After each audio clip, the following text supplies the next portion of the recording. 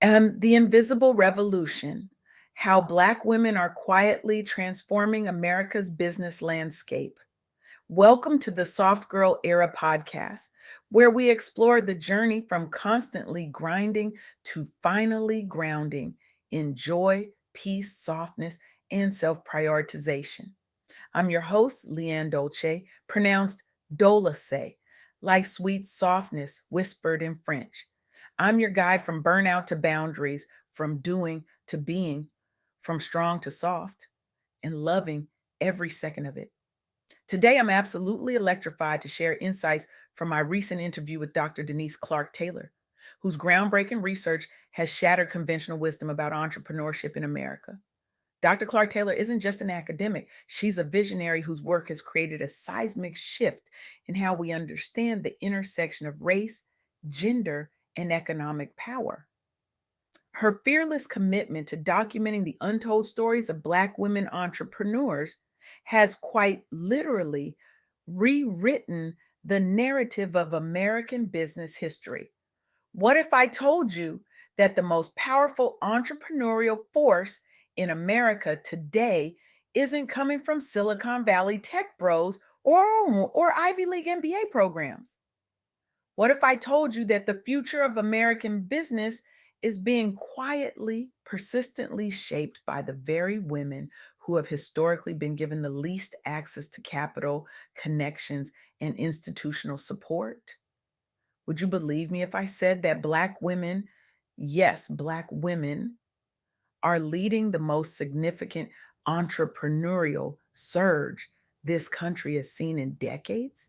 You should, because it's happening right now, right before our eyes, and most of America doesn't even see it. In 2024 alone, nearly half of all new businesses in America were started by women. And within that remarkable statistic lies an even more powerful truth. Black women are at the absolute forefront of this entrepreneurial revolution, starting businesses at unprecedented rates and fundamentally redefining what leadership looks like across industries. This isn't just impressive, it's revolutionary. It's a complete inversion of everything we've been taught about who drives innovation in America. But here's where things get complicated and where Dr. Clark Taylor's research becomes so crucial to understand. Despite this extraordinary growth, despite proving their resilience and innovation time and again, Black female entrepreneurs continue to face some of the most significant funding barriers and systemic challenges in business. The numbers tell a stark story. According to comprehensive reports that Dr. Clark Taylor shared with me, only about 2 to 6% of venture capital dollars go toward female founded startups. And when we look specifically at Black women founders, that number becomes vanishingly small. Less than 1% of venture funding reaches Black women entrepreneurs. Let that sink in for a moment. Less than 1%. This isn't just an equity issue, it's an enormous missed economic opportunity. It's America leaving billions of dollars of potential growth on the table because of who we've decided looks like an entrepreneur. Think about that. The very demographic showing the most entrepreneurial drive and determination is receiving the least support from our financial systems. What does that say about how we value innovation in America? What potential are we leaving untapped? But this isn't a story about victimhood. Far from it. What makes Dr. Clark Taylor's research so compelling is how it reveals that Black women aren't waiting for permission or perfect conditions. They're building anyway. They're succeeding anyway. They're creating community focused businesses that solve real problems despite these obstacles. This challenges the common perception that entrepreneurship is only accessible to those with privilege or capital. Black women are proving otherwise through resilience, innovation, and collective action. Let me share with you the story of Catherine Finney, a pioneering entrepreneur who Dr. Clark Taylor highlighted in our conversation. Catherine began with a fashion blog called The Budget Fashionista, but she didn't stop there. She transformed that platform into a springboard for social change before founding Genius Guild, a venture fund specifically supporting diverse founders. Early in her journey, Catherine recognized something critical. Funding disparities were keeping many talented Black female entrepreneurs from scaling their ventures. But instead of just lamenting this reality, she did something revolutionary.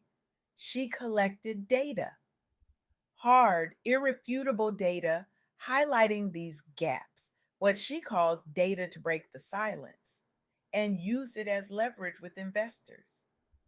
Through her organization, she's provided targeted support, including mentorship for over 2,500 entrepreneurs. And the results? Genius Guild has helped secure over $100 million in funding for its network. $100 million for businesses that might otherwise have been overlooked. Catherine's approach demonstrates something powerful that Dr. Clark Taylor emphasized in our interview: how research backed advocacy can unlock resources previously denied to marginalized groups. It's not just about asking for a seat at the table, it's about proving with undeniable evidence that you deserve to be there, and then using your position to bring others along. This brings me to another fascinating insight from Dr. Clark Taylor's research: the demographic shift happening in American entrepreneurship. In 2024, AAPI and Black owned startups are more likely to be led by women than men. This isn't happening by accident. Many of these entrepreneurs are leveraging higher education levels among millennial and Gen Z cohorts, plus professional experience gained pre launch.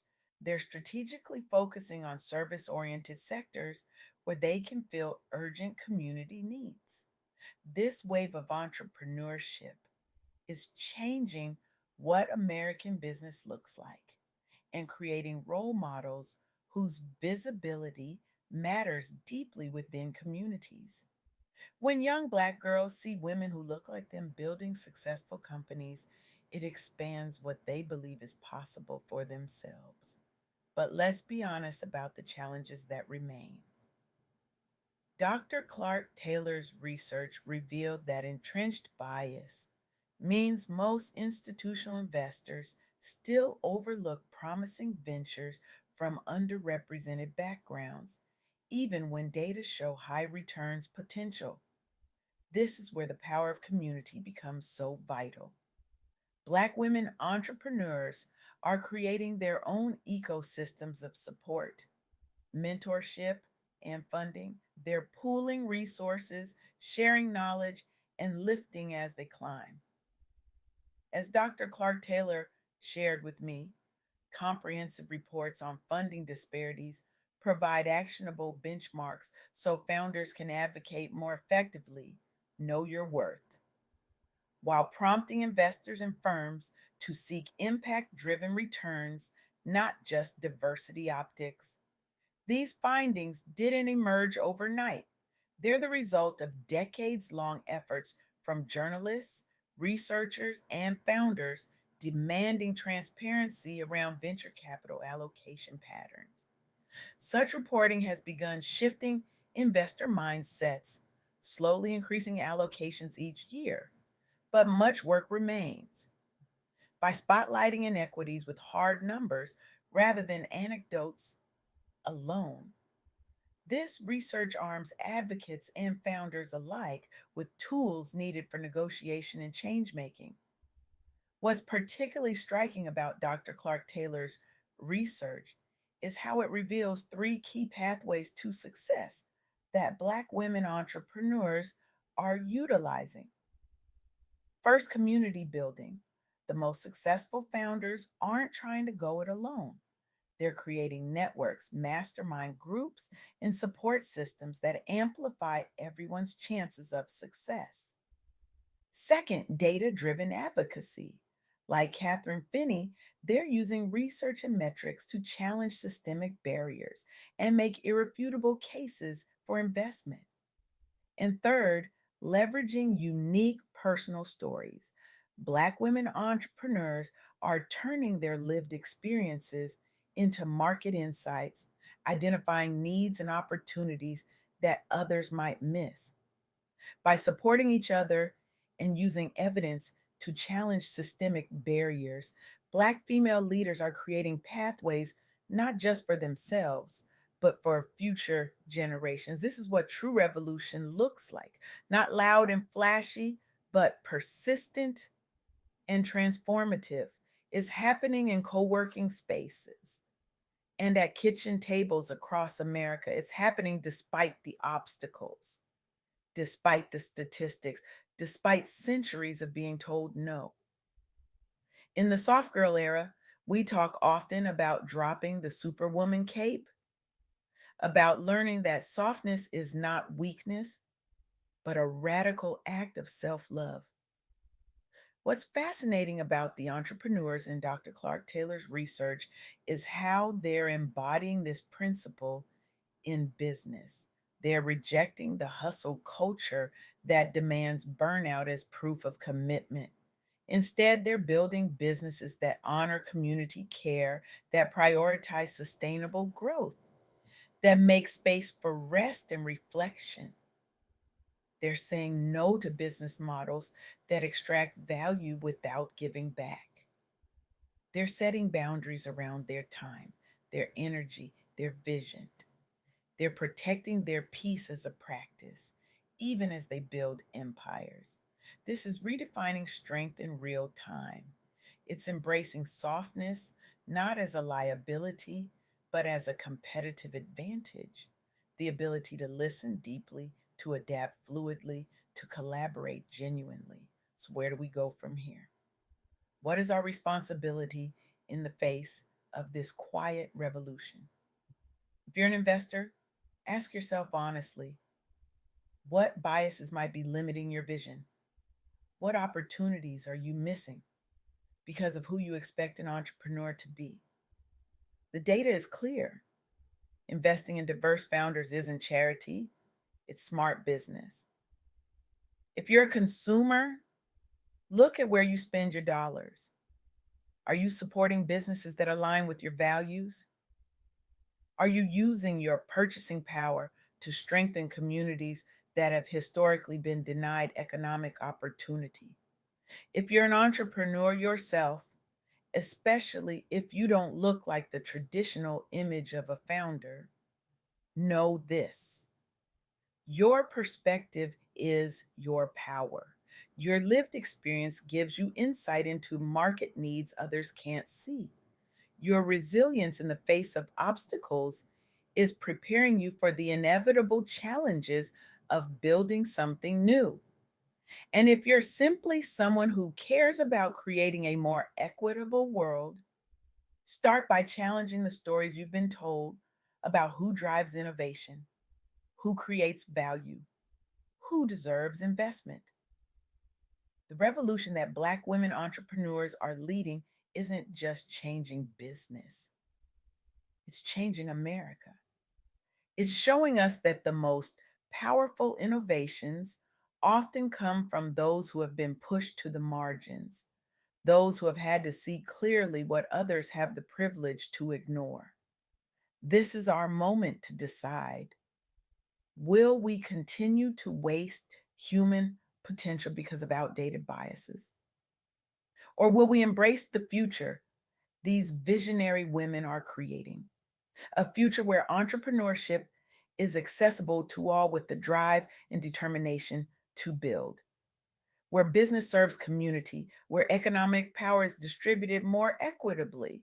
The choice is ours, but the revolution, it's already happening. The only question is whether we'll have the wisdom to join it. Thank you.